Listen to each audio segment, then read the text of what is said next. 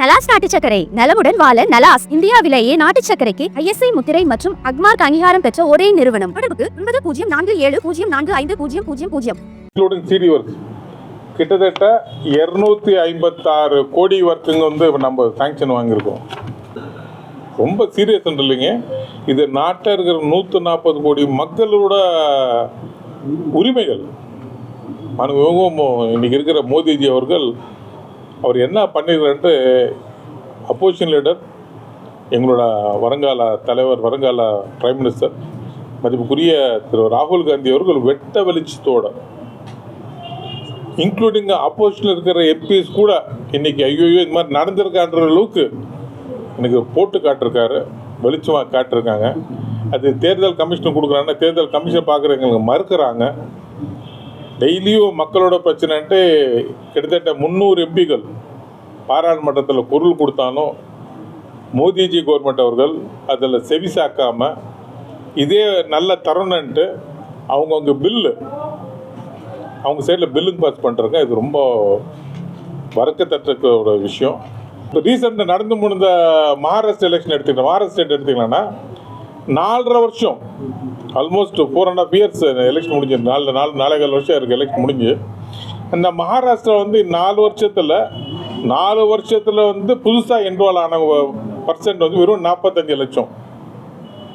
4 years சேர்ந்து ஒரு மாநிலத்தில் 45 லட்சம் உறுப்பினர் மட்டும் புதிதாக ஓட்டர்ஸ் உரிமை பெற்றிருக்காங்க.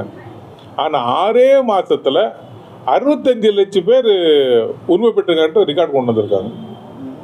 4 வருஷத்தில் நடக்காத 45 லட்சம் தான் 4 வருஷத்துக்கு புதுசாக நியூ ஓட்டர்ஸ் 45 லட்சம் பேர்.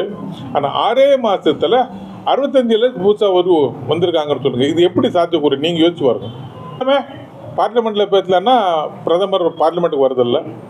சரி, பிரதமருக்கு அடுத்தபடியாக இதுக்கு இந்த பிரச்சனை கொண்டு போகணுன்ட்டு இப்போ தேர்தல் கமிஷனை பார்க்கலாமன்னா தேர்தல் கமிஷனும் பார்க்குறதுக்கு அவங்க ரெடியாக இல்லை.